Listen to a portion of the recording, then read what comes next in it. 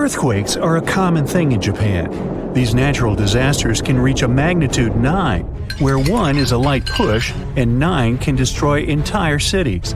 This happens because Japan is located on the Pacific Ring of Fire. It's like this. The entire surface of our planet is broken up into about 12 large pieces of the Earth's crust, and they're all moving slowly.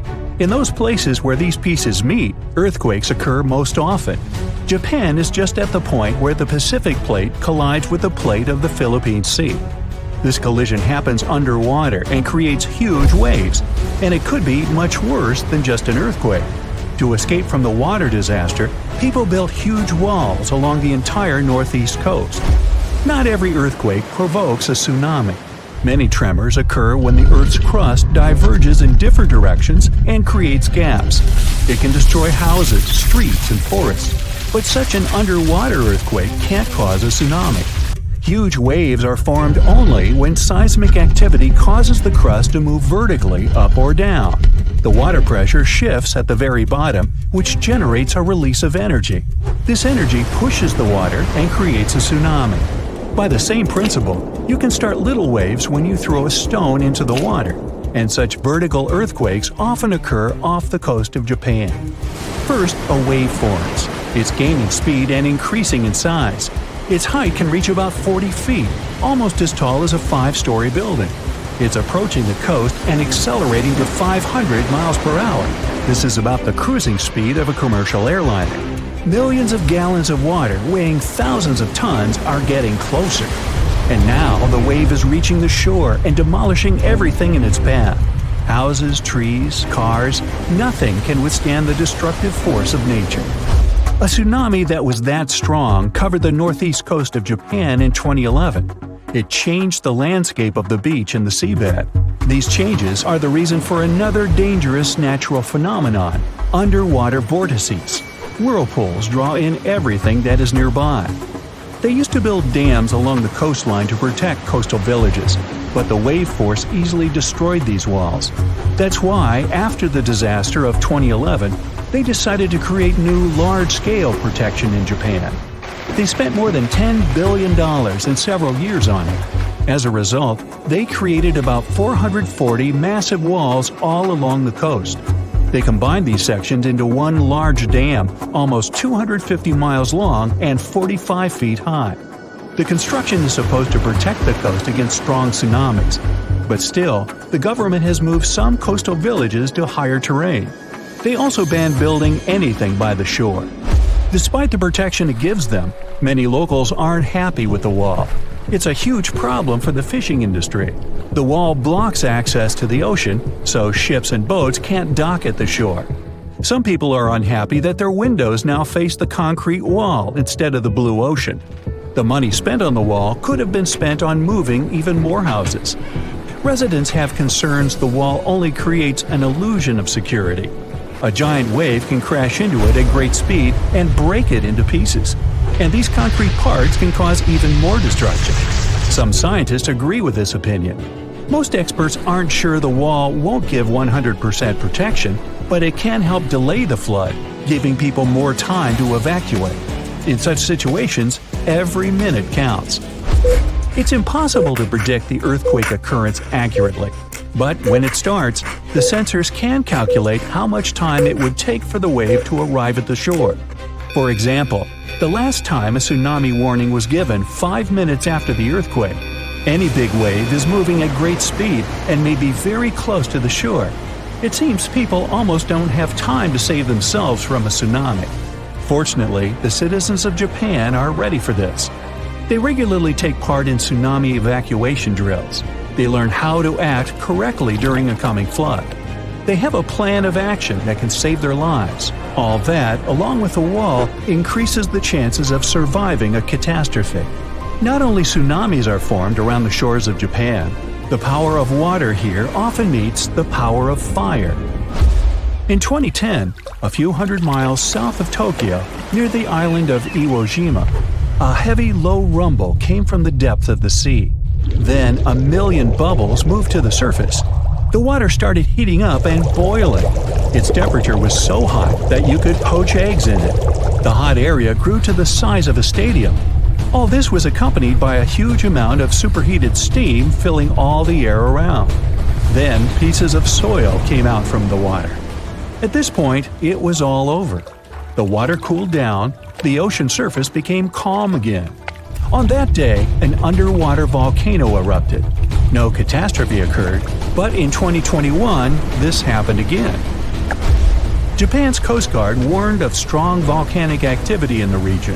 Hot steam and gases from the volcano's mouth burst out of the water and rose into the air to a height of 10 miles, which is about twice as high as the top of Mount Everest. A huge volcano woke up and began to rise slowly from the surface. If you look at this place from above, you can see that it's not just a volcano, it's a whole island shaped like a horseshoe. Seismologists say this volcanic island is just the tip of the iceberg, as they mix their metaphors. There is still a lot of volcanic space under the water. The island fills the air with gas and ash. The sky turns gray. Scientists continue to monitor the volcano, but they don't know what consequences this may lead to.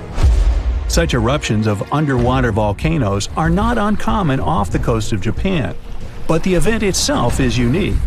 Underwater volcanoes don't explode and don't release lava flows upwards. A huge amount of water above them creates high pressure. As soon as the magma gets out, the water immediately presses it to the seabed. Millions of gallons of lava sink, cool down, and solidify around the volcano. This lava forms a thick layer of Earth's rock. Most underwater eruptions don't cause any changes on the ocean surface, but to make an island appear on the surface, a volcano needs a lot of magma.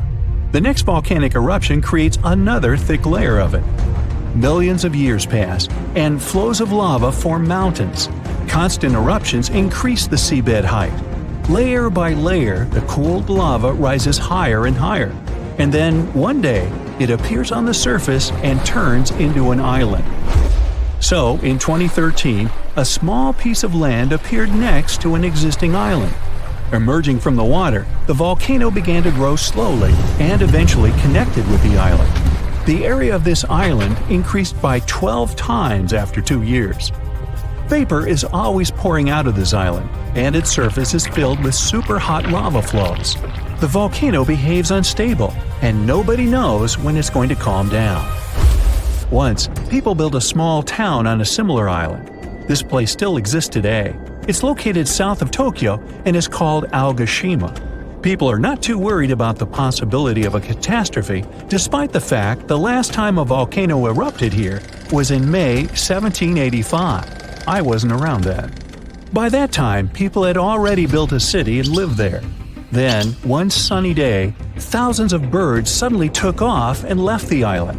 Then the ground began to shake.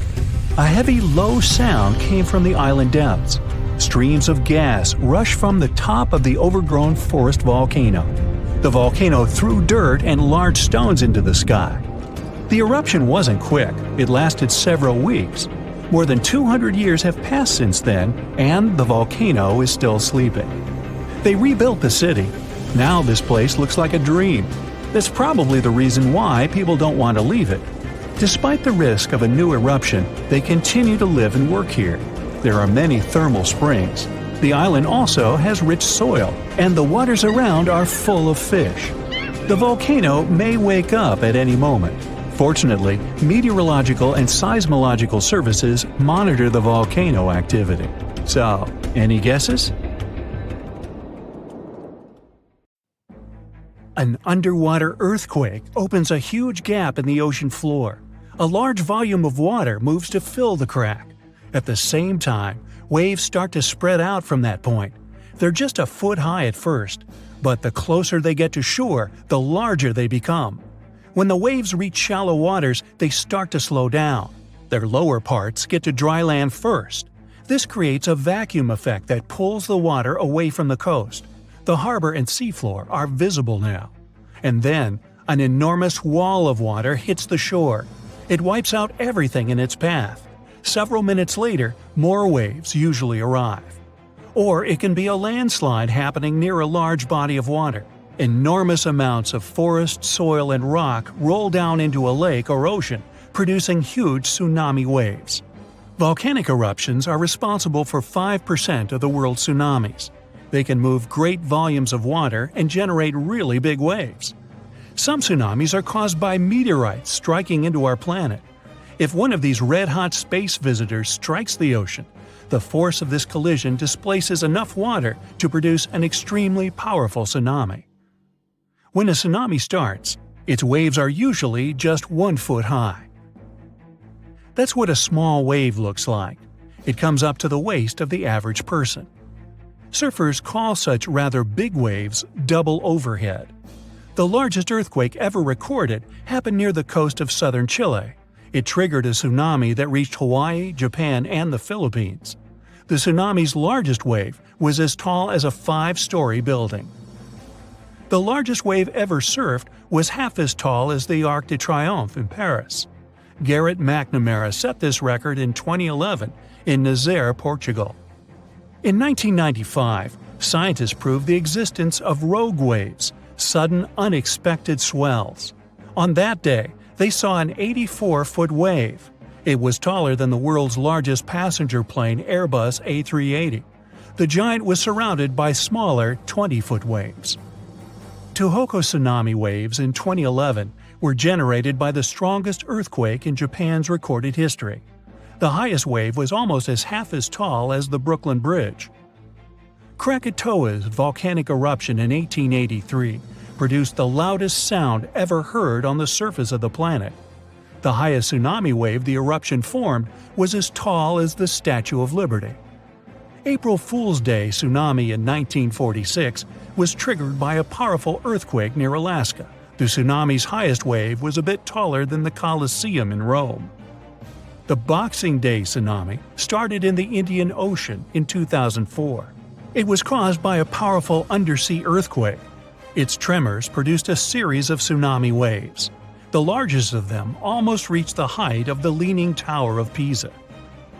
One of the most disastrous landslides hit Lodoland Valley in Norway in 1936. An enormous piece of rock, almost twice as large as the Eiffel Tower, broke loose and hurtled into Lofoten Lake. This caused an enormous tsunami wave. It was almost as tall as the Taj Mahal in India. 2017 Greenland megatsunami was triggered by a massive landslide at one of the fjords. The waves that flooded the shore reached the height of Big Ben. A powerful volcanic eruption caused a landslide from a 4,000-year-old lava dome. This set off Unzen volcano megatsunami. The largest wave was half as tall as the Space Needle in Seattle.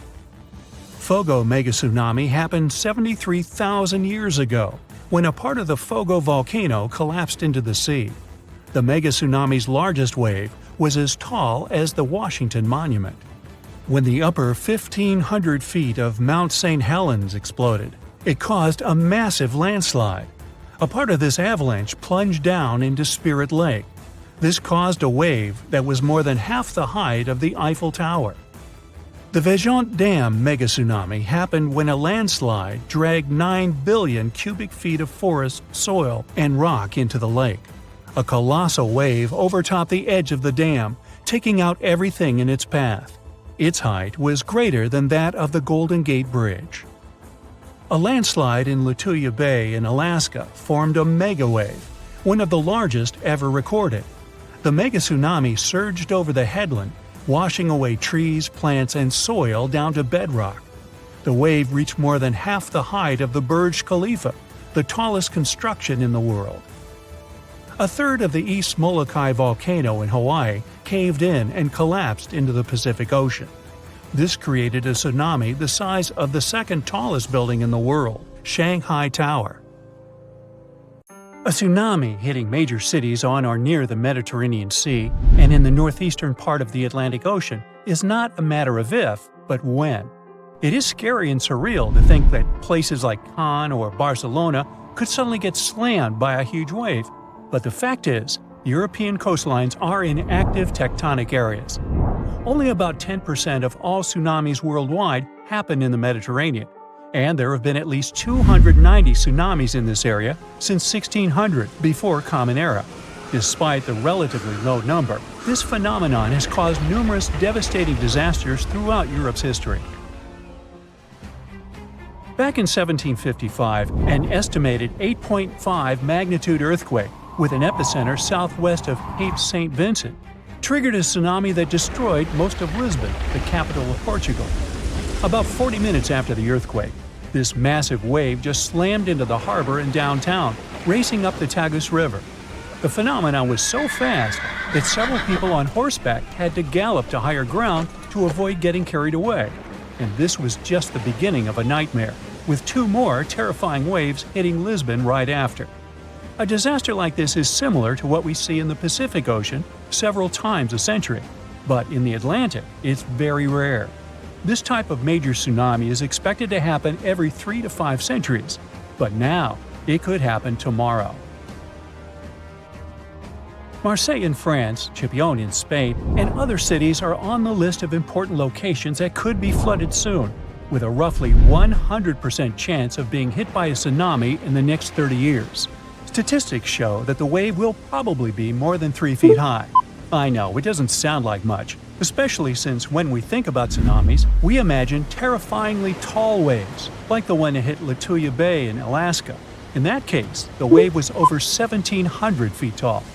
But we must remember that even waves only 19 inches high can be dangerous to swimmers. Because it's not the height of the tsunami that matters, but also the flow and movement of the water. Not to mention the flooding, which can damage beaches, harbors, and streets.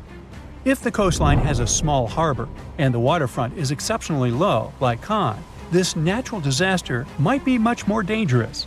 Tsunamis around 6 feet high can lift cars off the ground, while smaller waves can create walls of water traveling at 40 miles per hour. Plus, there are these smaller events that might not wreck everything, but still can cost a ton of money. For example, large sandbars that move around on the ocean floor, like sand dunes shifting in deserts.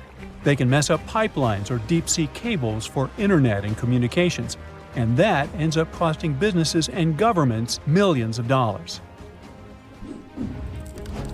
That's why organizations like UNESCO are worried about the possibility of a dangerous tsunami hitting Europe soon.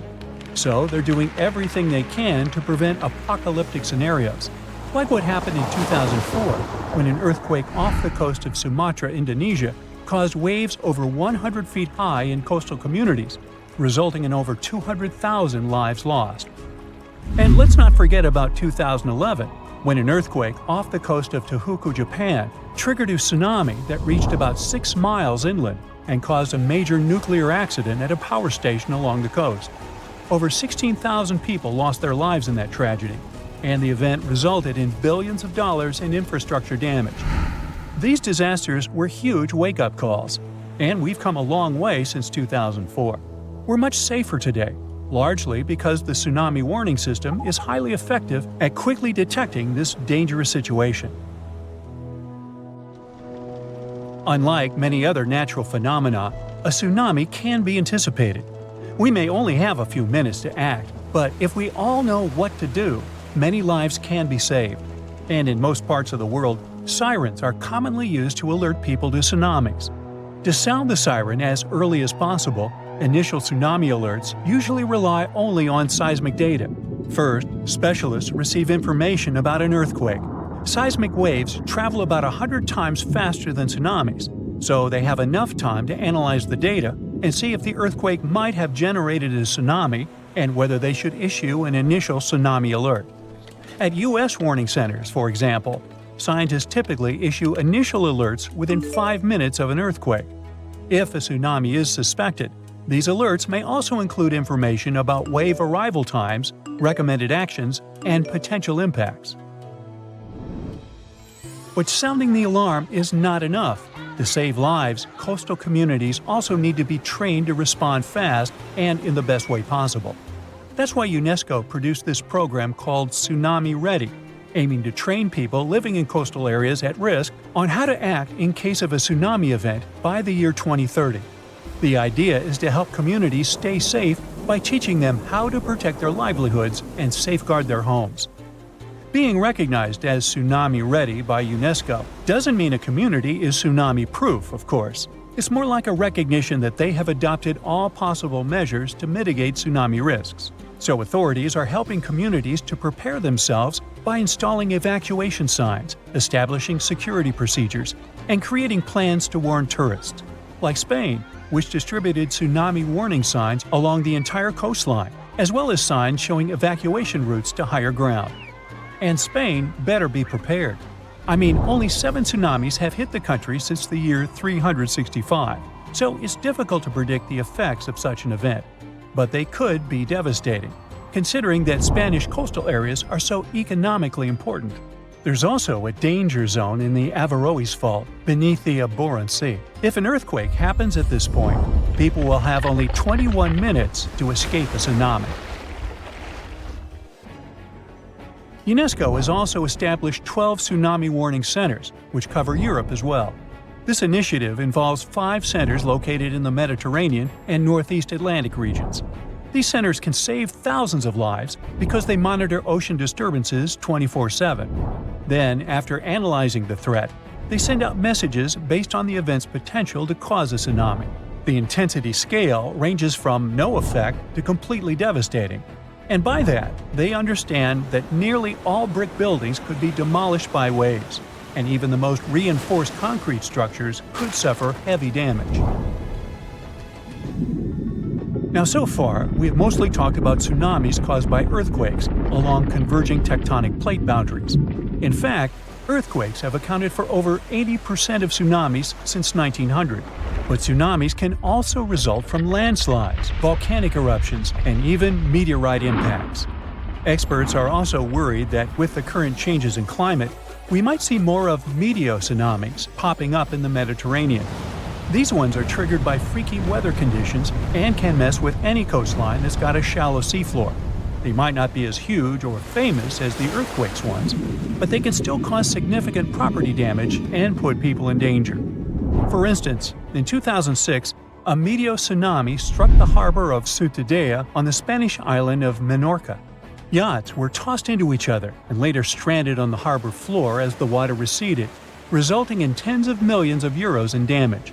Unfortunately, meteotsunamis in the Mediterranean tend to be stronger during summer, so if you're planning to spend your vacation in Europe, stay alert for any signs of dangerous waves. If you suddenly encounter a tsunami moving in your direction, remember this is the time to react. Move to higher ground as far inland as possible. Pay special attention to any emergency alerts and information, and follow the guidance of local authorities. Most importantly, do not wait around taking photos. Leave the area as soon as you notice any signs of this danger event, or if you hear an official tsunami warning. Hey, stay safe. You have friends over for dinner. You set your drink on the counter and go help your friend set out some desserts. When you get back, you notice the liquid in your cup. It's sloshing around and the ice cubes look like ships on a rough sea. Now you feel it too. On the ceiling, the chandelier is swinging like mad. Then you hear someone scream, "Earthquake!" The house and everything in it is rocking back and forth. You try to run for cover, but the shaking keeps you stuck in place, fighting to keep your balance. The cabinets look possessed, and glasses and dishes fly out and smash on the floor. The bookshelves topple over, and everything hanging on the walls sways and falls off. You duck under the dining room table, trying not to get hurt on all those broken dishes. Yeah, you've been through earthquakes before, but none like this. Checking your phone? Typical, no signal. You can't believe what's about to happen.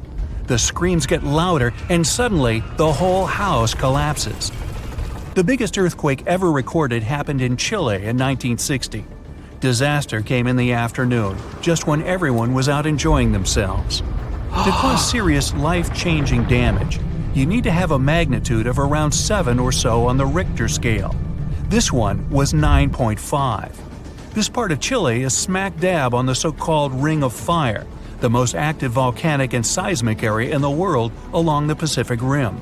The initial shaking lasted around 10 minutes, and after 2 days, many aftershocks were still strong enough to set off a volcano in the south of the country. But that's not where it ended.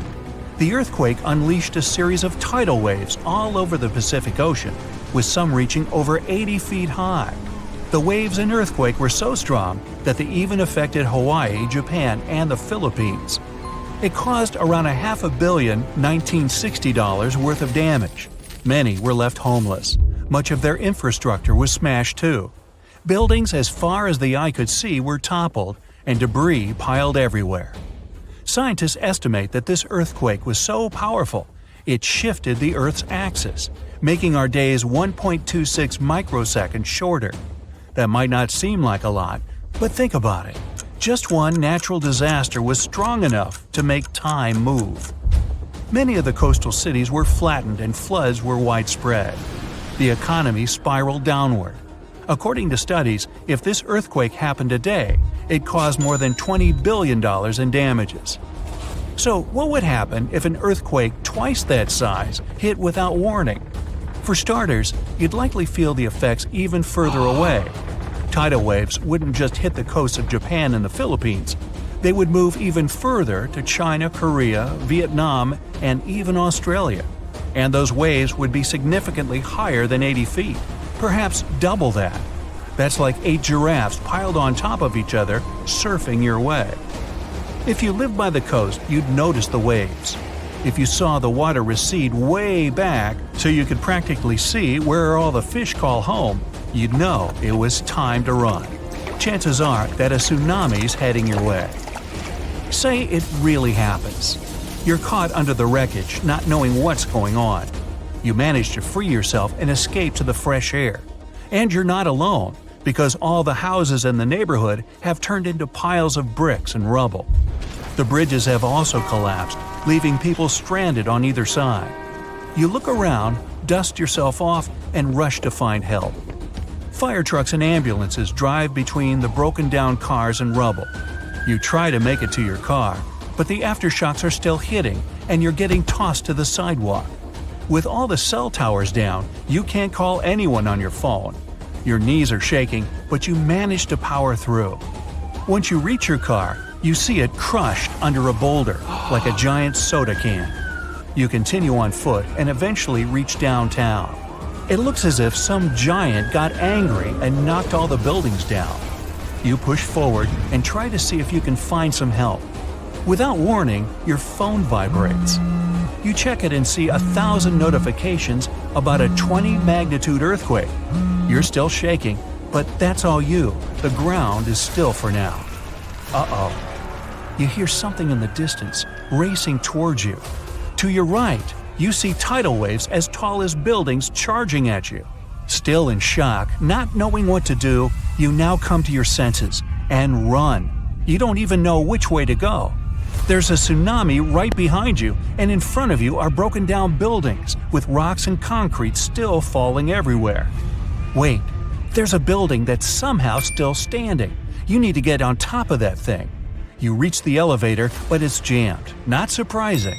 You bolt up the stairs as fast as you can, tripping on broken glass and plaster, but always managing to get back up.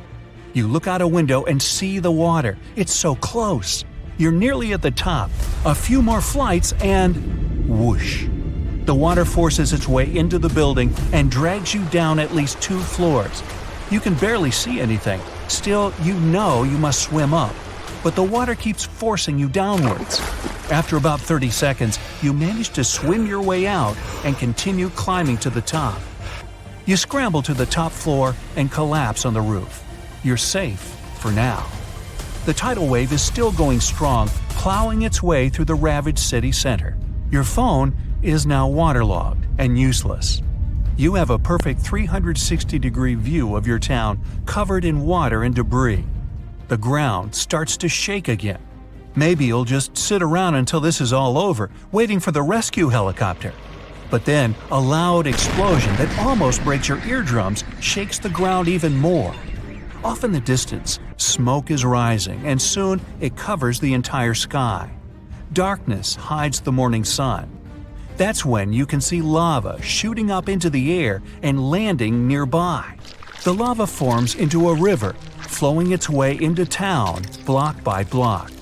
With this much seismic movement and the high intensity of the earthquake, the world's tectonic plates have shifted so that magma is pushing its way to the surface. From the Earth, steam begins to vent. Then the heat hits you. You see the magma cover the ground like a blanket, eating up every car in its way. What's worse is that the magma is melting the foundations of the buildings that managed to withstand the earthquake and the tsunami.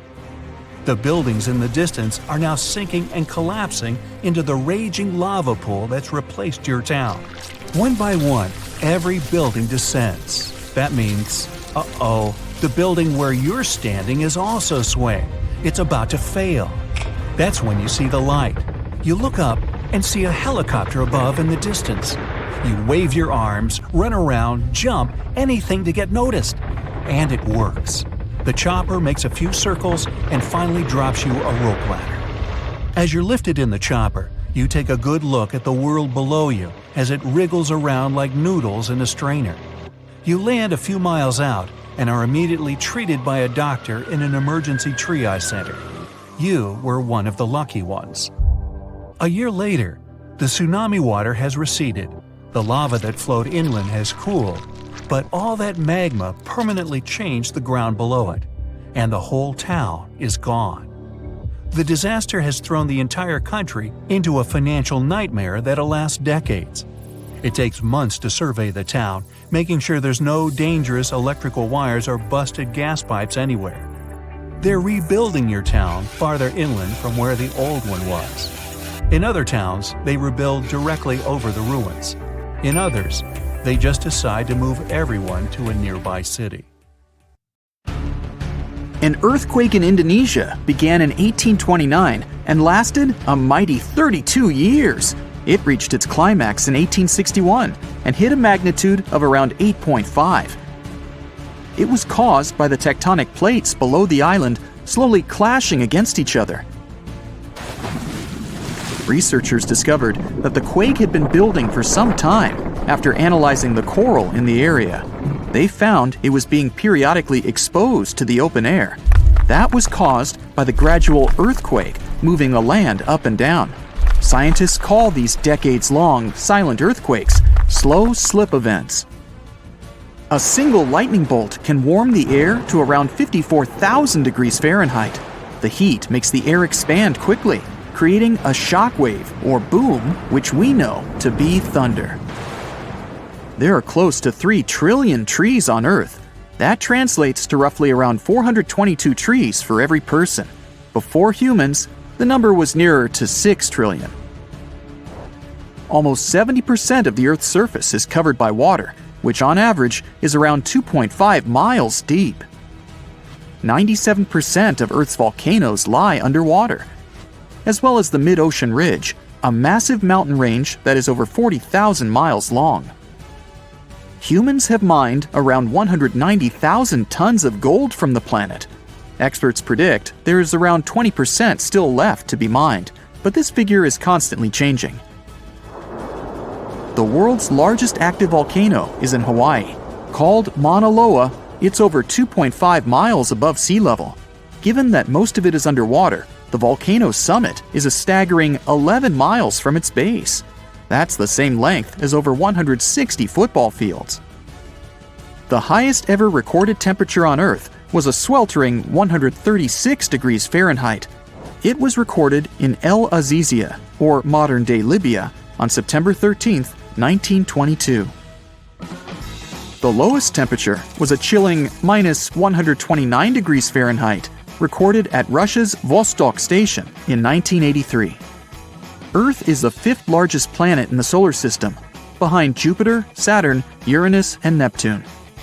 It has a circumference of roughly 25,000 miles, and it would take the average person around 8,300 hours to walk around the face of the Earth.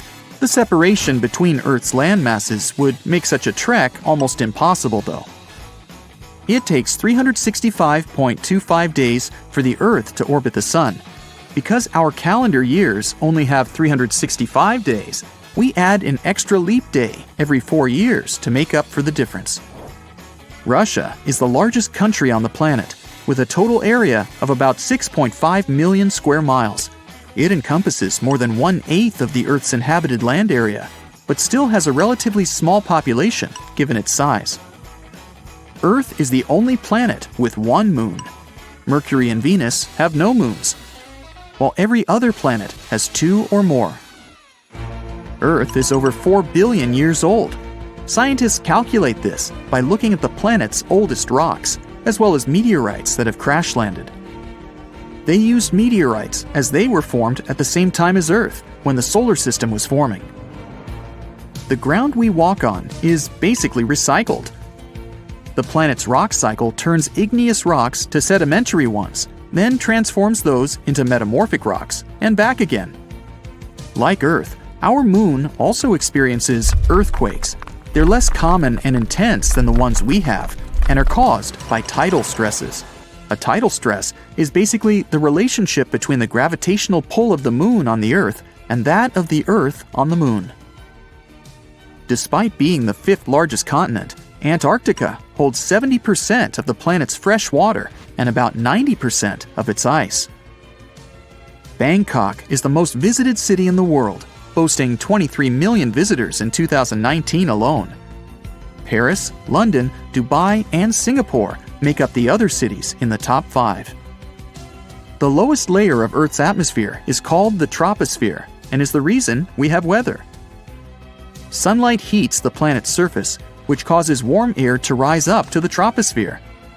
This air then expands and cools as the air pressure decreases and sinks down, where it is then warmed by the Earth again. Coral reefs are the largest living structures on the planet, with some even being visible from space. Coral reefs hold the most species per area of any of Earth's ecosystems, even more than rainforests. Earth got its name around 1,000 years ago, and it comes from the German word meaning the ground, but there's no evidence to show who actually named it. Of all the planets, Earth is also the only one which is not named after a Greek or Roman deity. The deepest point of the ocean is the Mariana Trench. It's a whopping 7 miles below sea level.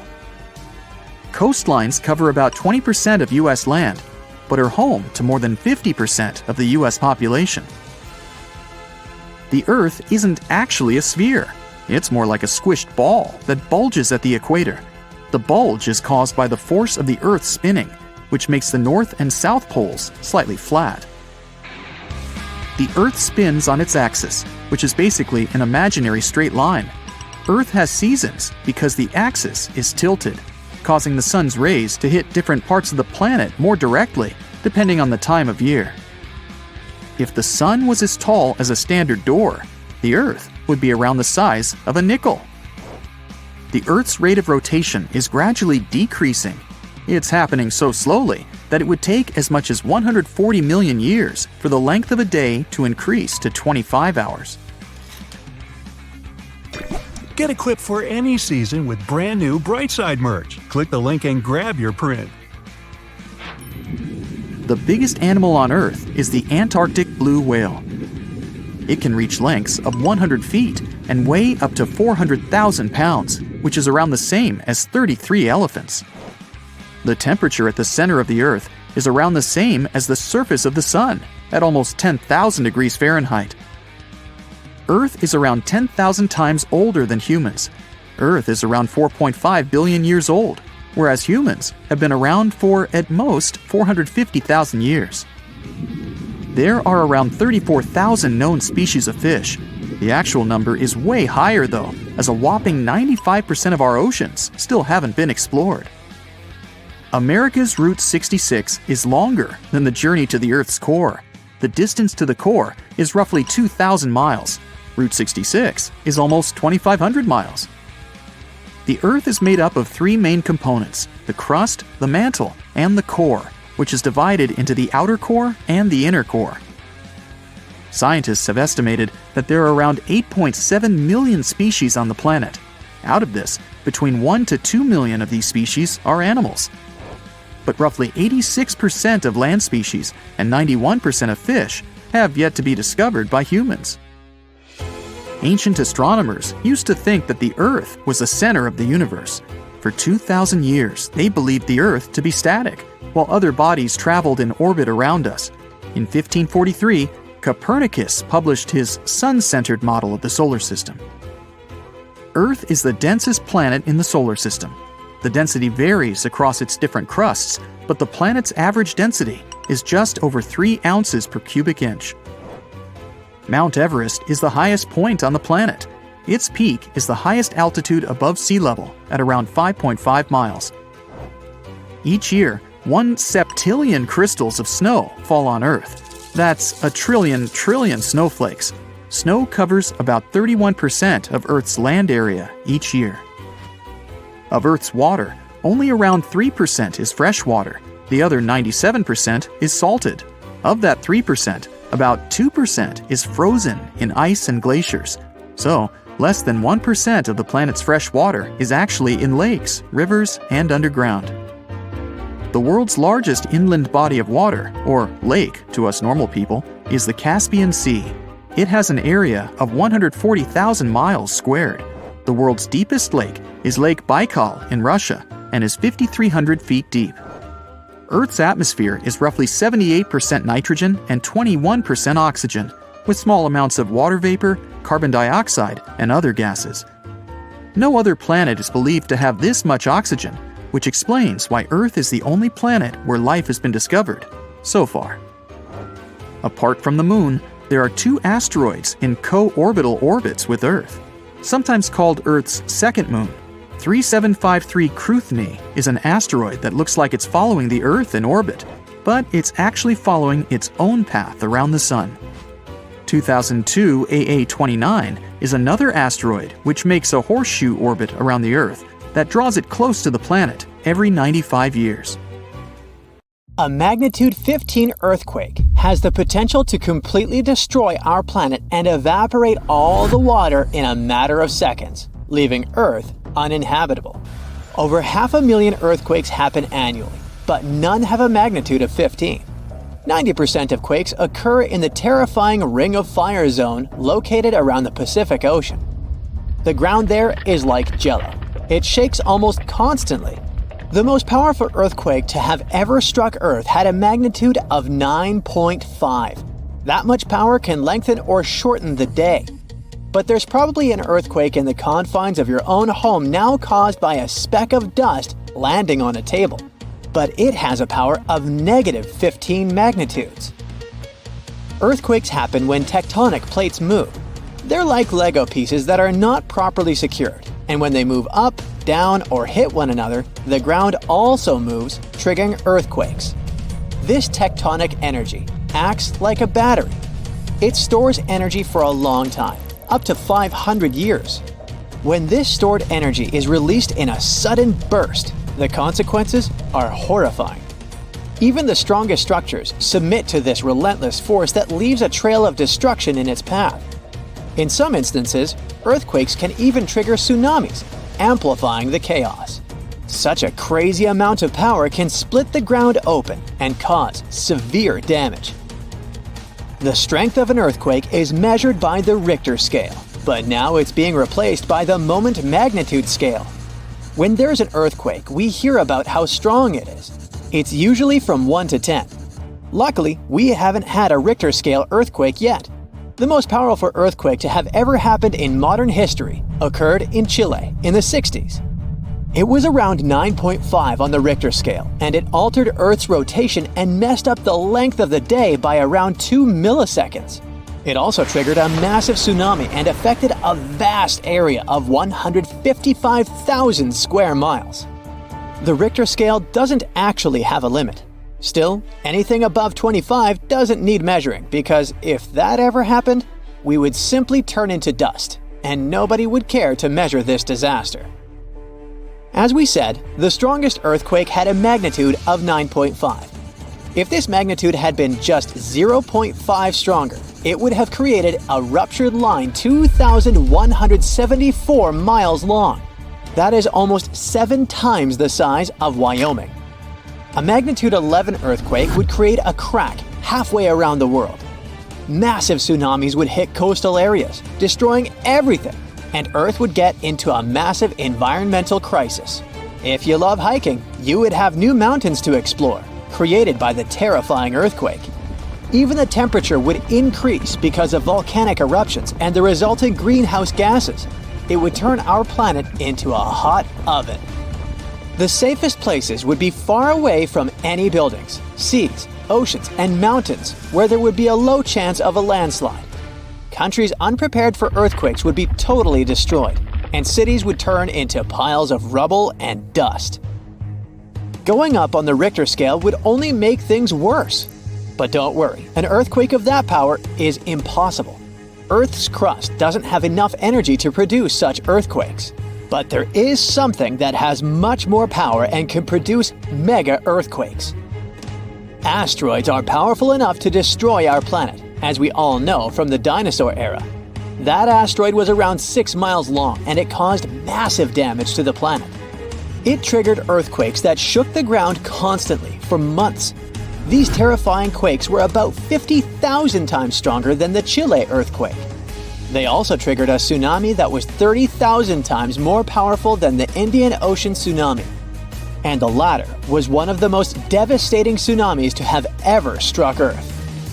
The earthquakes caused by the asteroid had a magnitude of 11, making it the most powerful and scariest natural disaster ever.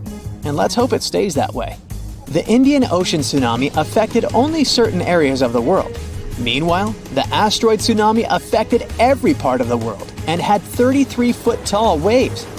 Even if you had traveled to the most remote place on Earth, you wouldn't have been able to hide from this Grim Reaper.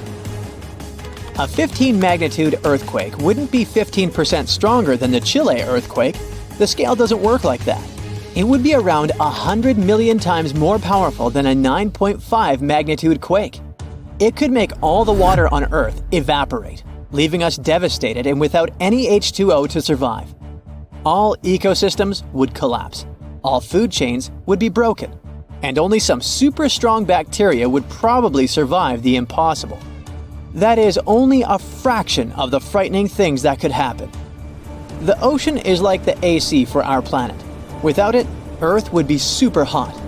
The ocean also serves as a shield from the sun's powerful rays. It acts as a heat absorber and cools Earth. Scientists think that the most dangerous thing would be the inability of Earth's crust to survive the violent shakes of the 15-magnitude earthquake. If our planet miraculously survived and didn't turn into dust, there would be massive openings in its crust. The ground would become gelatinous. It would randomly move up, down, left, and right, and no building would survive that.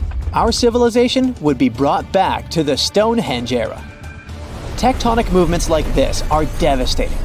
A similar thing happened in Japan when tectonic plates moved 165 feet from each other and then snapped back together, creating a 9-magnitude earthquake. No place on Earth is immune to this bone-chilling natural phenomenon. Still, certain places have higher chances of being destroyed than others, like the Ring of Fire, where 90% of earthquakes happen. This is a place where earthquakes are almost everyday occurrences. The Ring of Fire is located in the Pacific Ocean. It forms a ring around the continents that surround the Pacific. There, several tectonic plates meet, creating highly unstable ground. To make the problem much more terrifying, 75% of active volcanoes are located in this area. 90% of dormant volcanoes are also there, making this place extremely dangerous. Scientists carefully study this region to find a way to predict when the next earthquake might strike. The Ring of Fire is not the only place at risk of earthquakes. In California, along the San Andreas fault line, 2 tectonic plates have been storing power for more than 200 years. The San Andreas Fault is 715 miles long and has the potential for a massive earthquake. This region has its fear of violent earthquakes like the one that happened in San Francisco in 1906. It had a magnitude of 7.8 on the Richter scale. Scientists' predictions are terrifying. They say that the chance of a 6.7 magnitude earthquake is very high in the area. If all hell starts to break loose, you should know how to survive. Avoid anything that might fall on you, like windows, closets, or unstable ceilings. The official phrase from emergency experts is drop, cover, and hold on. Stay low to the ground. Hide under something stable like a table, and remain there until the shaking stops. Make sure to stay in your shelter for another minute or two, just in case there are aftershocks or loose debris. Use your nose and smell for gas. If you do smell it, don't turn the lights on or do anything that might ignite it. Stay strong and be safe. When we think of active volcanoes, one region comes to mind: the Ring of Fire in the Pacific Ocean. 3/4 of Earth's volcanoes sit within this belt. Compare the area to Australia, which doesn't have any volcanic activity. The old continent of Europe is also calm, or at least we like to think so. Can you guess what the most active volcano in Europe is? If you thought of Mount Etna on the island of Sicily in Italy, you were right. The volcano has erupted about 200 times and has been far from sleeping in recent decades. The last time this happened was in August 2023. The highest mountain in the Mediterranean is 500 million years old. But in Iceland, there is a much younger volcano. It sprang into action on the 10th of July 2023. In the afternoon, 3 fissures appeared in the ground on a peninsula in the southwest of the island. This was at a base of a small mountain peak. Its name means Little Ram in the local language. The volcano spewed molten lava high into the air. There were also gas plumes in the area. But the scientific community wasn't surprised by the event. They already knew about the volcanic area that stretches between the cities of Reykjavik and Keflavik. Its name is hard to pronounce. Hey, I want to buy a vowel. It had already erupted during the previous 2 summers. This activity came after 8 centuries of dormancy. In the days leading up to the latest eruption, seismologists, the scientists who study earthquakes, recorded over 12,000 tremors. When the ground opened up in July, the fissures were over 1.5 miles long. The following morning, 2 of them closed. All the lava was now coming out of the last fissure. It grew into an elongated cone, the simplest shape of volcano we are all familiar with. The lava soon filled a large crater. It grew almost 100 feet tall during the first week, and it is still growing. On the night when the eruption started, lava spread out in all directions. Its cinders set ablaze the dry moss in the vicinity. Local authorities closed off the surrounding area. There were toxic gases from the volcanoes and smoke from the burning moss. Firefighters flocked to the area. After a week, they proclaimed the area safe. Visitors soon came to witness the birth of Europe's youngest volcano. This form of tourism is quite developed in Iceland. People come from all over the world to watch active volcanoes.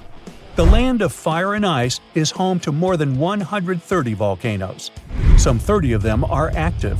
Now, I know what you're thinking right now. Is volcano tourism safe? In Iceland, it is. The country's authorities research and constantly monitor all of the hotspots. The island is dotted with several dozen seismic stations.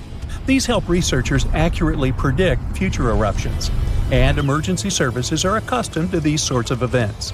They can quickly cordon off danger zones. This is what happened in 2010.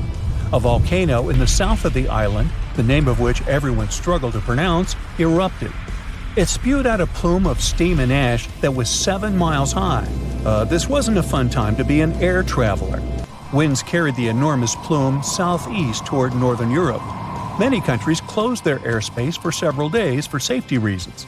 The volcano erupted in March, but the Earth was shaking from January the same year, so seismologists knew that an eruption was approaching.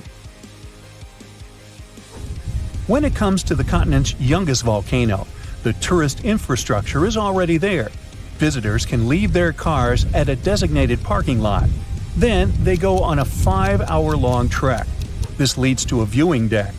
Tourists are so close to the epicenter that they can feel the heat haze from the crater. The sight is the most impressive at nighttime. Safety is never a concern. Scientists regularly chart out hazard maps that outline the borders of lava fields. This way, visitors who stick by the rules are never in harm's way. More than a week after the eruption started, a section of the crater collapsed. Lava flowed downhill west of the volcano. This majestic, smoldering hot river is slow-moving lava. Scientists categorize it as an AA type. The term is Hawaiian. It describes basaltic lava that has a rough and brittle surface. The flow is composed of broken lava blocks that are called clinkers. They fall off as the substance flows. This reveals red-hot areas. The cooler sections of lava are gray and black in color. When it moves forward, it produces a distinctive sound like shattering glass. Nearly a month after the eruption of the new volcano, we got aerial footage of an interesting phenomenon. A tornado formed directly over the lava flow. This occurs due to the high temperatures in the area. When the conditions are right, a column of heated air can easily turn into a mini tornado. Scientists observed a similar event happen during the 2018 eruption of Mount Kilauea in Hawaii. The lava fields of Europe's second-largest island tell the story of the creation of Iceland. It sits above the place where the North American and Eurasian plates meet each other. Tectonic plates are huge, rocky chunks of Earth's most outer layer. There are roughly 20 of them. They rest on a partially molten layer of rock. All the lava we see on the surface starts its journey here. You could say that these plates float on molten rock. Their boundaries are unstable, so when two plates grind past each other, they release tremendous amounts of energy. The formation of volcanoes is one result. These are places where the molten rock travels upward to the surface. Iceland began to form some 60 million years ago. The tectonic plates under the ocean drifted apart. Enough lava piled up on the surface to create solid ground. This ancient rock is under the waves today. As new lava reaches the surface and cools down, it pushes the old rock away from the center of the island. That's why the oldest parts of Iceland aren't 60, but only 16 million years old. The country's active lava fields are young in geological terms. Some of them are under 1,000 years old. Scientists consider the island a hot spot for volcanoes, pun intended. Nearly a third of the basaltic lava that reaches the Earth's surface in recorded history came from Icelandic eruptions. Fissure swarms, like the ones before the 2023 eruption, cover 30% of the Nordic country. For this reason, only a quarter of the island is inhabited. Norse Vikings were the first people to settle in Iceland at the beginning of the 10th century. Nature threw them a loud welcoming party. Just a few years after their arrival, they witnessed one of the greatest volcanic eruptions in history. Vikings came from a region without volcanoes, so they had no clue as to what was going on. Today, Icelanders are used to such events. This is good because their homeland is entering a new era of volcanic activity. Volcanologists suspect that recent events are an introduction to decades of more frequent eruptions. The peninsula that is home to Earth's youngest volcano is just 17 miles southwest of Iceland's capital city.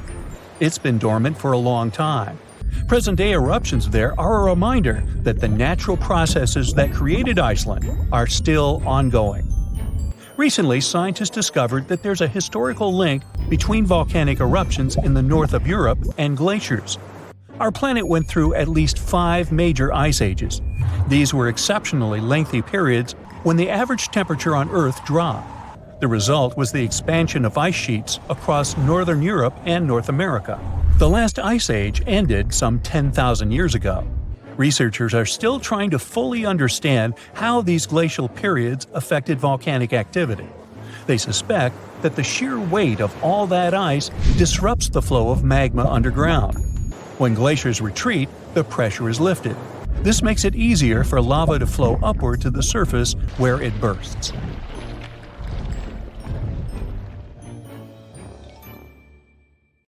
It happened in Iceland on Friday, March 19, 2021 at 8:45 p.m.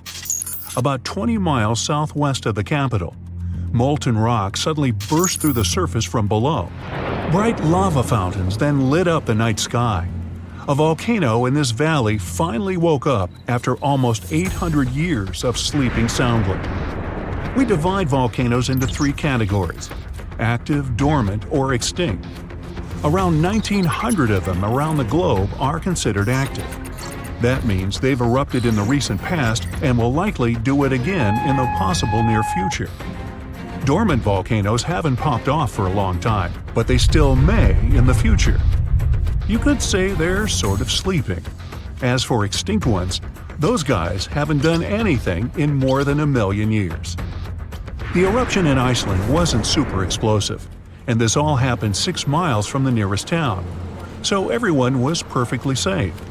Many even came to see it up close, while other brave visitors tried to fry eggs and bacon on the lava. Just be careful not to burn your breakfast black.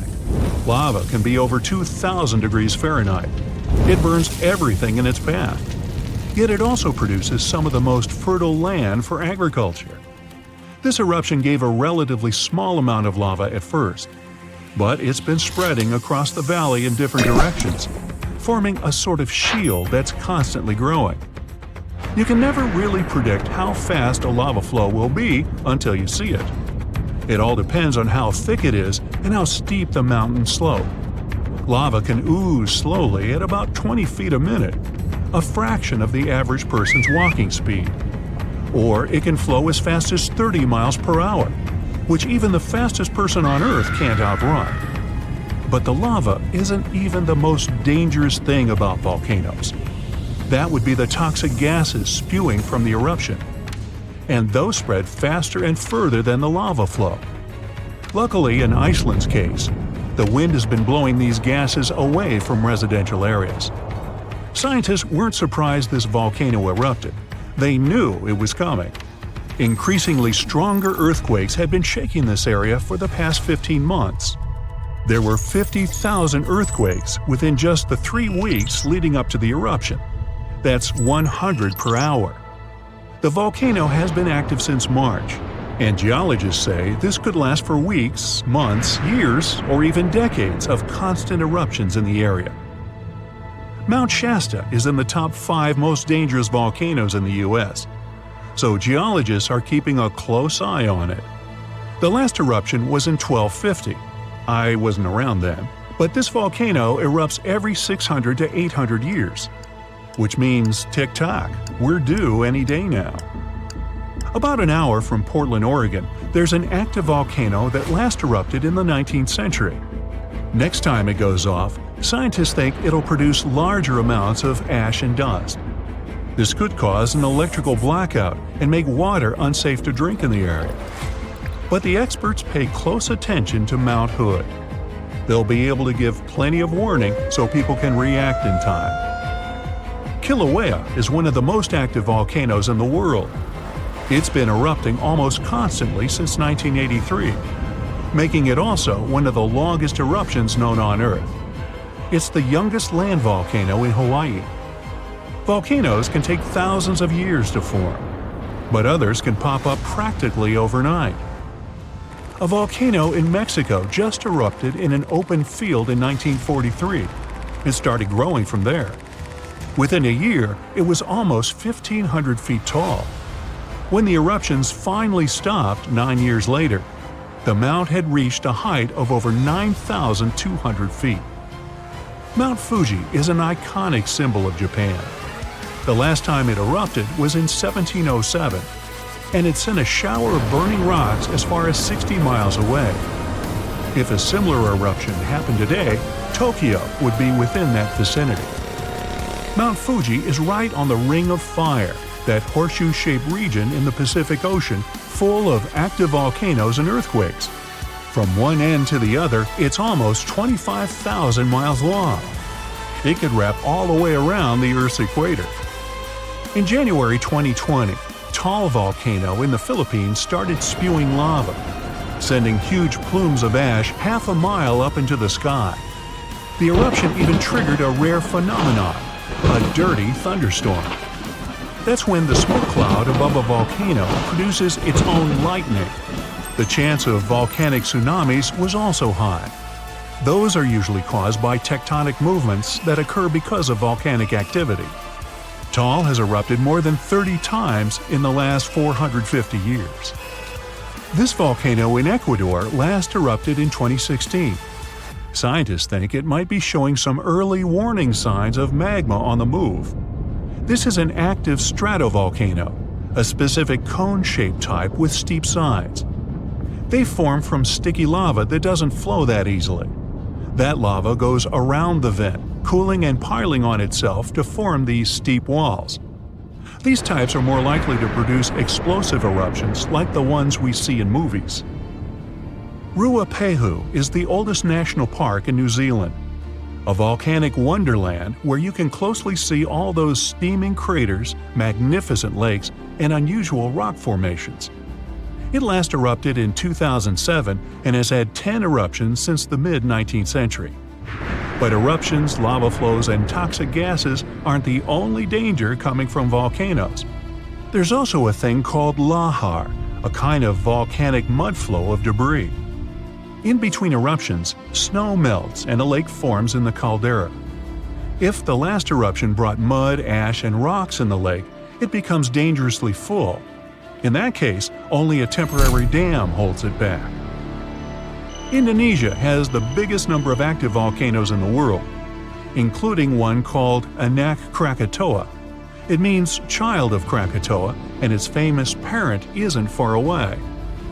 A huge tsunami in 2018 partially woke Junior, a scary thought since Senior had one of the most powerful eruptions ever seen on this planet in 1883. Krakatoa's boom was the loudest sound ever heard. People over 2,000 miles away could hear the explosion. The sound wave circled the globe 7 times, and scientists say it's hard to predict this volcano's eruption patterns. Mount Yasur in Vanuatu is one of just a few volcanoes in the world where you can see a lava lake. Tourists even go there to peer over the edge and get a look at the burning, bubbling lake below. Well, except for when the volcanic activity goes to levels 3 and 4 out of 5. That means there are more intense earthquakes, volcanic tremors, or steam, gas, or ash ejections. Then this place is off limits because, duh. This volcano in the DR Congo has the most active and largest lake volcano in the world. And all that lava is unusually fluid, meaning it travels faster and further than the stuff coming out of most volcanoes. It's certainly not amongst the tallest ones, but Ethiopia's Erta Ale is unique in that it has a lava lake almost constantly, which is pretty rare. The locals call it a smoking mountain because its lava lake often causes eruptions. This volcano is near the Danakil Depression, one of the hottest places on our planet. Merupi has been erupting on a regular basis since the mid-16th century. This volcano helps scientists do crucial research on how eruptions work and how they can warn people in time. After it was dormant for a while, this volcano in central Mexico sprang back to life in 1994. Ever since then, it's been producing huge mud flows and strong explosions in unpredictable intervals. In the past, enormous eruptions coming from this giant buried entire cities in pyramids. Imagine staying in a hotel and waking up to the magnificent view of a massive volcano covered in glowing rivers of lava and clouds of ash. When it lets off heat, visitors to this area in Guatemala take a chance to roast some marshmallows there. One of the most active volcanoes on Earth is on a small island north of Sicily. Stromboli has regular explosions, together with glowing lava coming from vents inside the crater. Not too far away is Etna, Europe's most active volcano and one of the biggest continental ones in the world.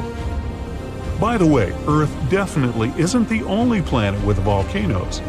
The largest one in our solar system is on Mars. It would cover the entire state of Arizona, and it rises nearly 3 times higher than Mount Everest. Ooh, don't look down.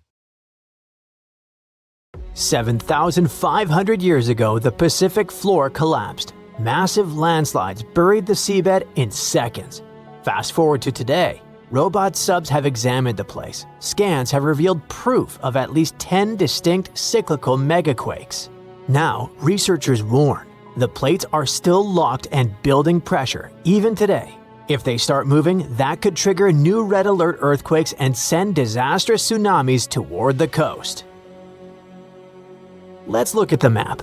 The fault here is like a giant zipper. It's over 600 miles, stretching from northern California to Canada. It's called the Cascadia Subduction Zone, and it's a part of the Ring of Fire. You know, the famous giant horseshoe around the Pacific that can serve as your where-to-go reminder if you're into volcanic and earthquake tourism.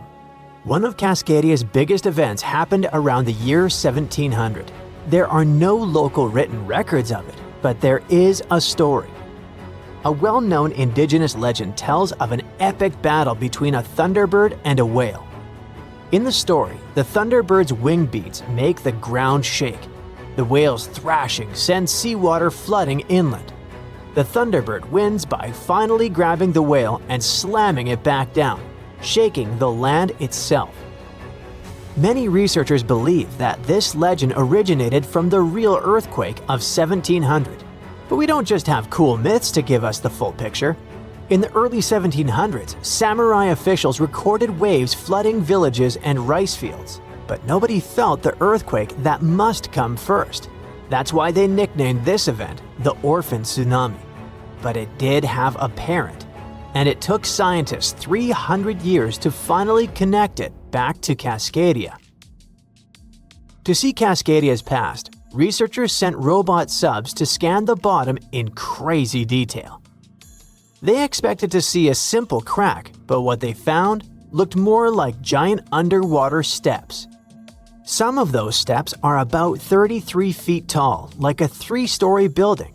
That only happens when a big piece of the seafloor snaps off, breaks loose, and slides all at once, not slowly. When that happens, it kicks up a mud avalanche. Picture a jar of dirt and water.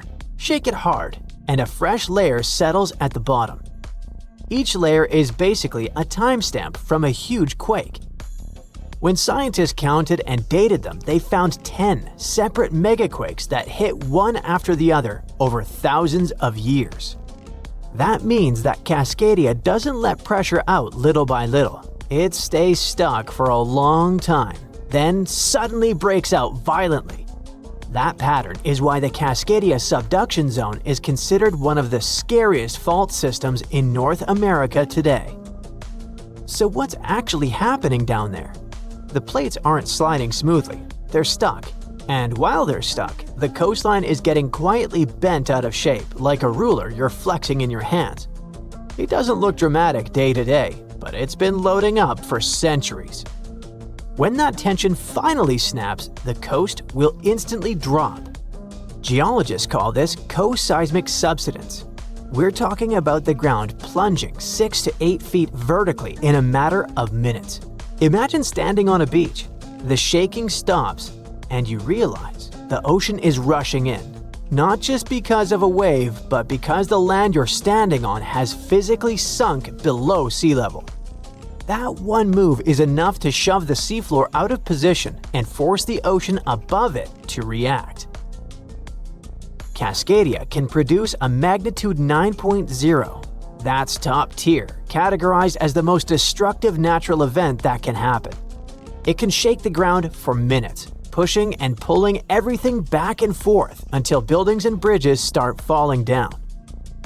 A 9.0 class quake also means the seafloor is vibrating and shifting, lifting in some spots, dropping in others, all in one sudden motion. A tsunami starts when the seafloor moves and pushes a huge amount of water out of the way. If the bottom suddenly lifts or drops, the water above it gets displaced instantly. That water has to go somewhere, so it races outward in every direction.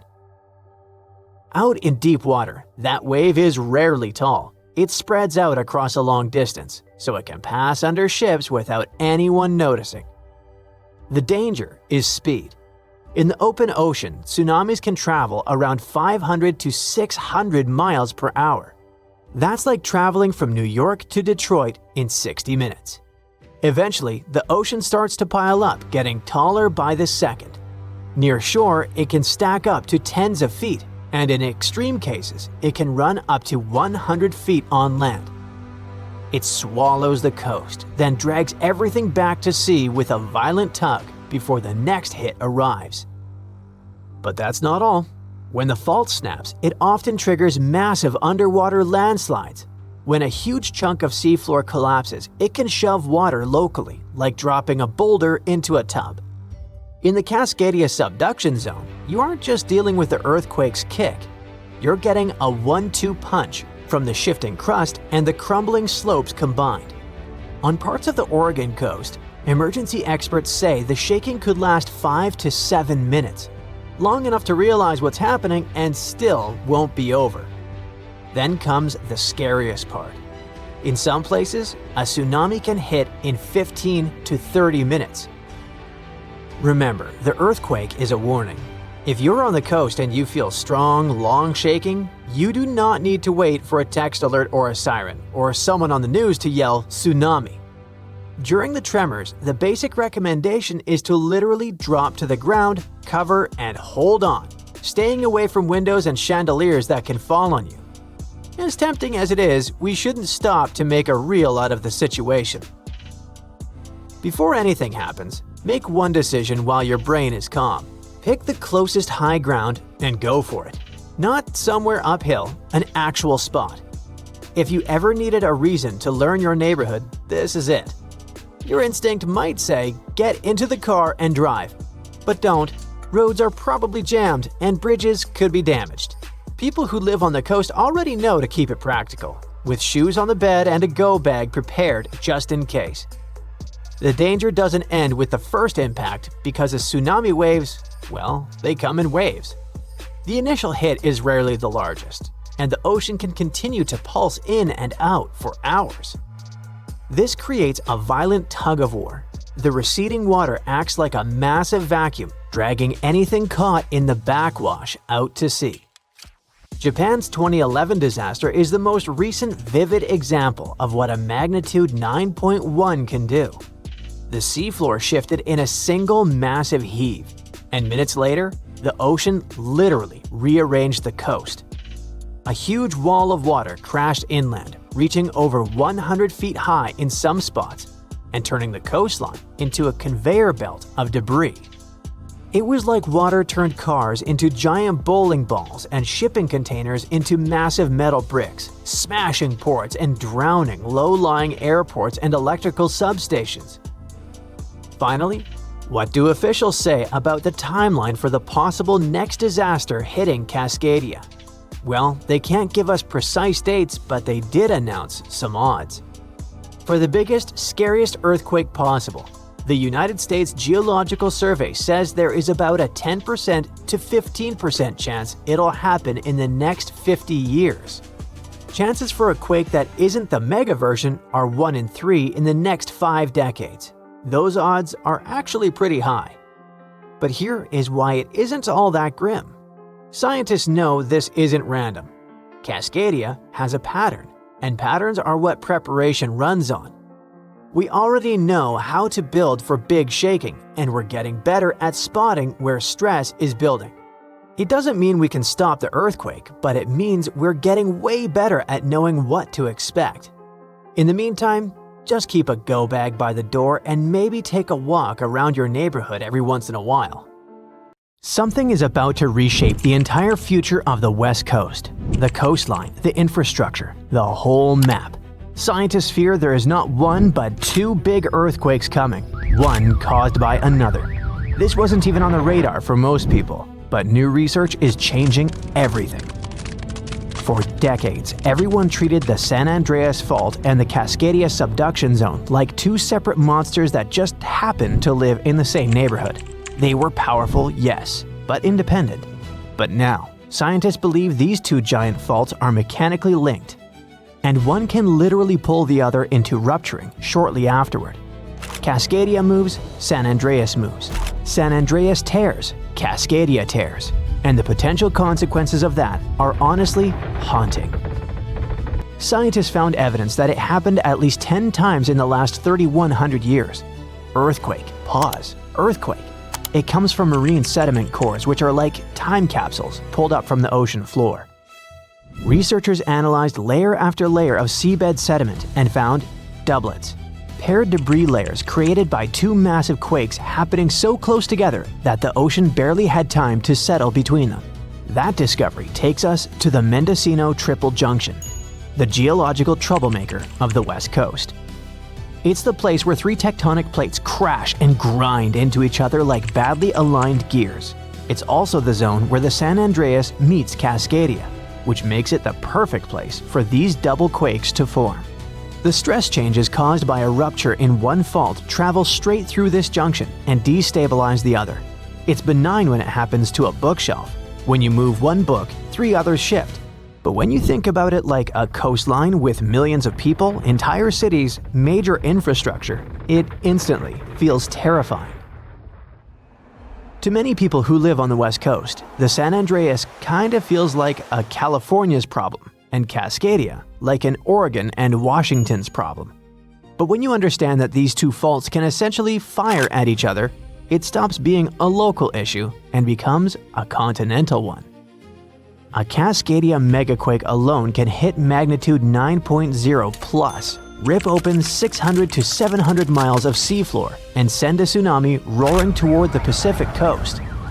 And it could just be the first quake, and then, maybe minutes later, the San Andreas snaps in Northern California. The shaking could ripple down the state like a zipper tearing open a jacket, and if it goes the other direction, it could be just as bad. If the San Andreas ruptures first, the intense stress redistribution can destabilize the Cascadia subduction zone. You could get the California quake first with buildings rocking, highways breaking, and power stations failing. And then, soon after, the ocean pulls back in Oregon or Washington. And the 20-minute countdown to a tsunami begins, a follow-up disaster. It's the kind of chain reaction you don't want even in a video game, let alone real life. This discovery also tells us something eerie about the earthquake in 1700. The one that sent a tsunami across the Pacific so huge that it struck Japan with no warning. Japanese fishermen called that wave the orphan tsunami because it arrived without any felt shaking. Only centuries later, scientists figured out that it came from the Pacific Northwest.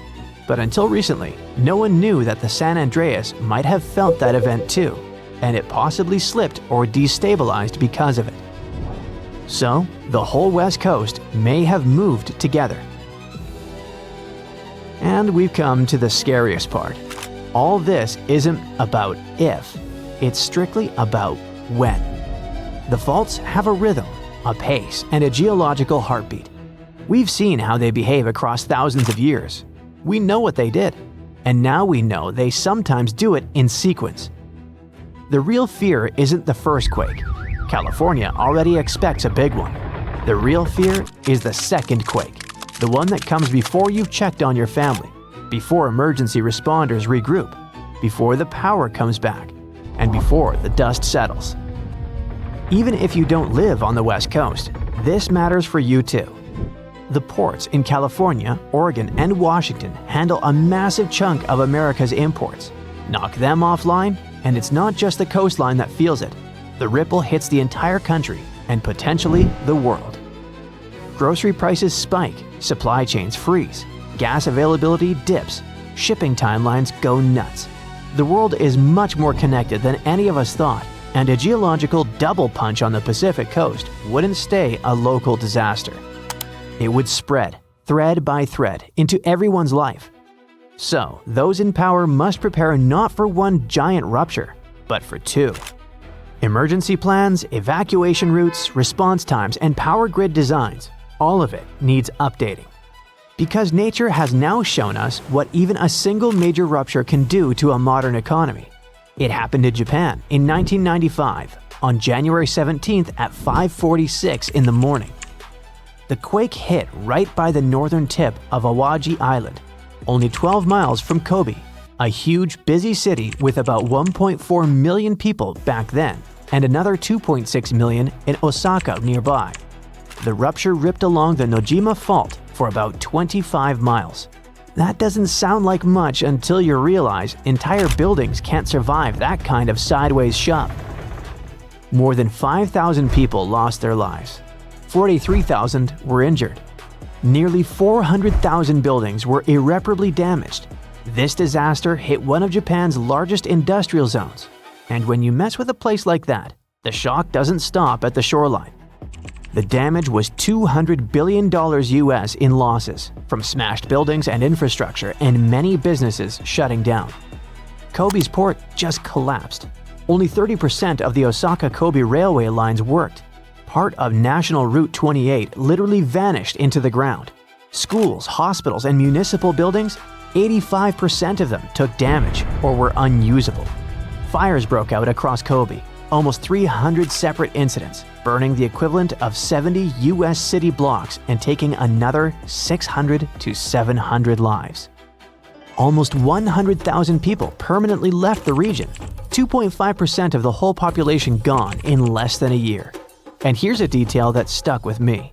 So many bridges failed that engineers suddenly had to confront how poorly older designs handled lateral shaking.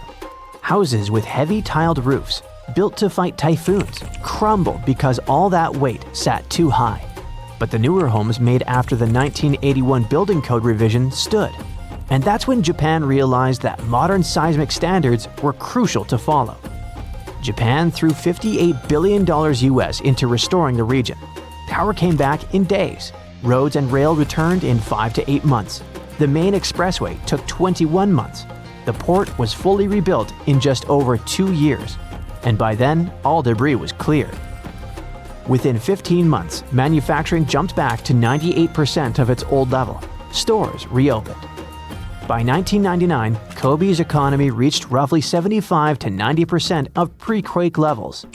Japan overhauled its disaster management system entirely. They set up the Central Disaster Management Council and rewrote building codes.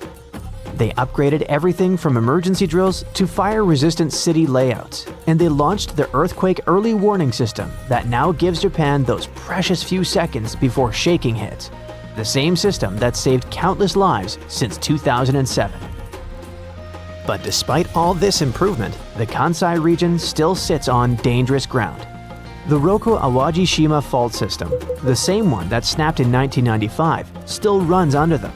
The 2018 Northern Osaka quake and the 2024 Noto Peninsula quake reminded everyone that this threat didn't disappear. It just waits its turn.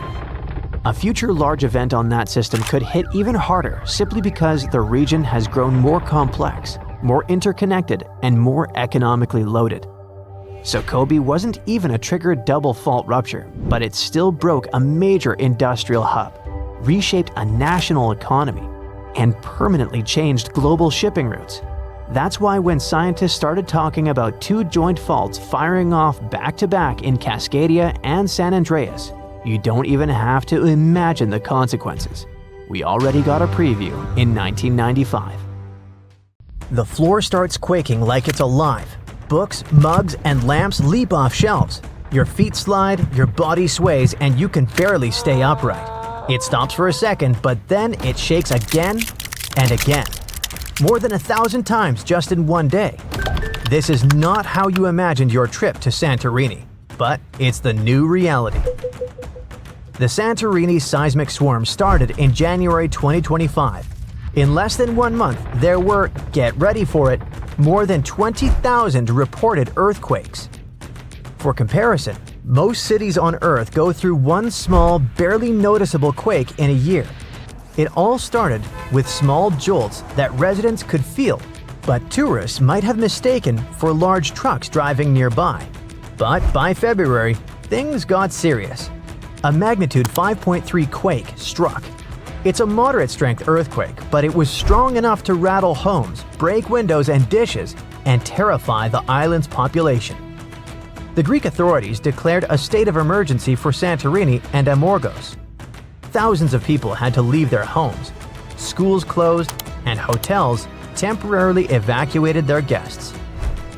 Santorini is famous for its volcano, the one that blew up in a massive eruption around 1600 BCE and inspired the legend of Atlantis. It's still considered to be active, although there have been no significant eruptions since the 1950s. So it would be logical to blame this monster for all the drama. But nope, these tremors weren't volcanic. Experts said what was happening near Santorini looked like a seismic swarm. It's a series of smaller quakes all happening in the same area. They are happening along faults, which are cracks in the Earth's crust that can suddenly shift when the tension gets too high. Think of the ground like a giant, stressed-out Rubik's Cube. At some point, it twists and snaps somewhere. Near volcanic areas like Santorini, fluids moving underground can sneak into these cracks and make them easier to break. Plus, there's the natural stress from tectonic movements. It's like adding oil to a squeaky, overworked hinge. Suddenly, everything slips.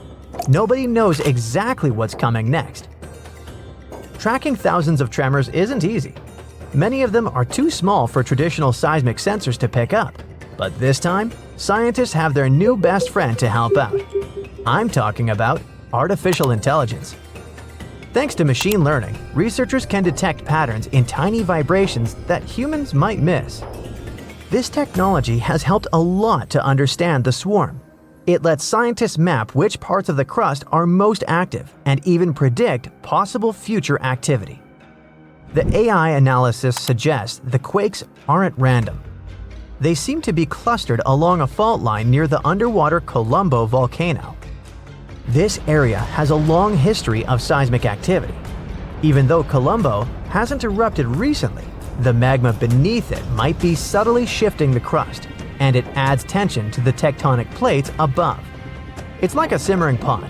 Nothing boils over yet, but the heat is definitely building. The swarm has subsided after a couple of months of constant shaking, but it doesn't mean it's over for good. Even after a lull, another swarm could strike, or a larger quake could happen along the same fault lines. That's why scientists are now studying the data collected from the swarm. If you're thousands of miles away from Santorini and don't have plans to visit, it doesn't mean you're 100% safe from a similar scenario. Seismic swarms like the Greek one happened in the Caribbean, Iceland, and Italy. One of the best documented swarms in history happened in Japan, in a suburb northwest of Tokyo. It was all going on in a town sitting on a seismological observatory, like a secret underground lab for tracking earthquakes.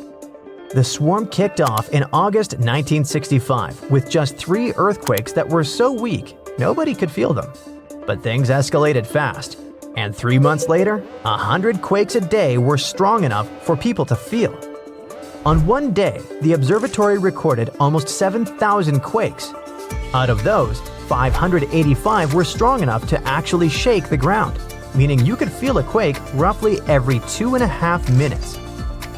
Scientists figured out that the swarm was caused by fluids moving underground, kind of like the Earth's crust, stretching and bubbling.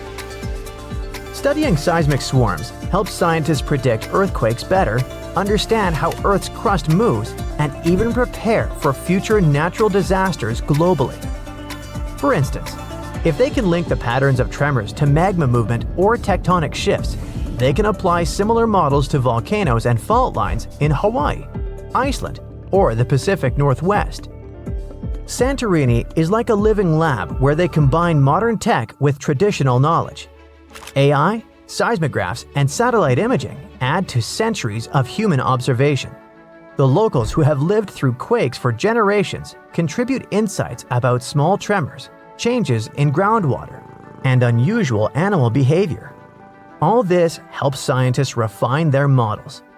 Santorini's swarm has surely grabbed the attention of the whole world, but it's not the only place on Earth with some intense seismic activity.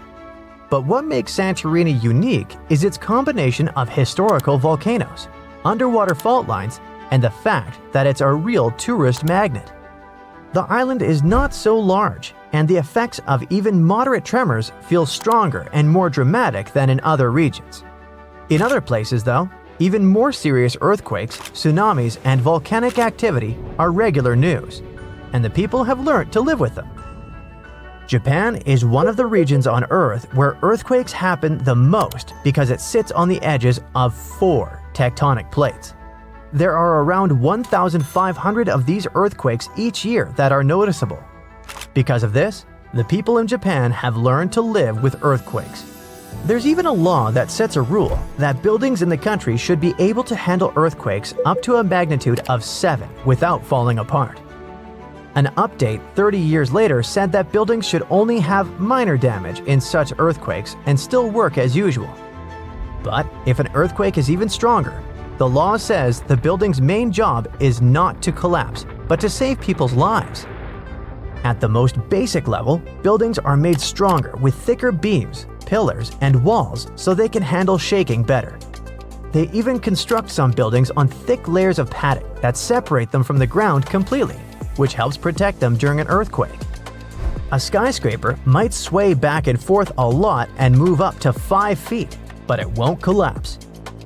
On the other side of the Pacific, scientists from the U.S. Geological Survey have studied a dangerous area along the U.S. West Coast. It's called the Cascadia Subduction Zone. Over the past 14,200 years, there have likely been at least 30 big earthquakes in this region. One major quake happened every 500 years on average, but for a long time now, Cascadia has been quiet, and the scientists are getting worried. They think this might be because the area is locked, so the tectonic plates are stuck together and building up a lot of pressure. At some point, a part of the seafloor could suddenly break and move forward by several feet. The shaking would be just 5 minutes, but it would create a powerful tsunami as the seafloor shifts that would last for 10 hours. If it happens, it's going to be the worst natural disaster in the country's history, according to experts. This could make the hillside slide and crumble and take down roads and bridges. Around 620,000 buildings could be badly damaged or even collapse. Scientists are hoping that thanks to advanced AI tech and local communities, they'll be able to better predict earthquakes like this and the one in Santorini. This could save thousands of lives. And for now, we must not forget that the Earth doesn't take vacations when it comes to seismic activity, even in places where you go on vacation.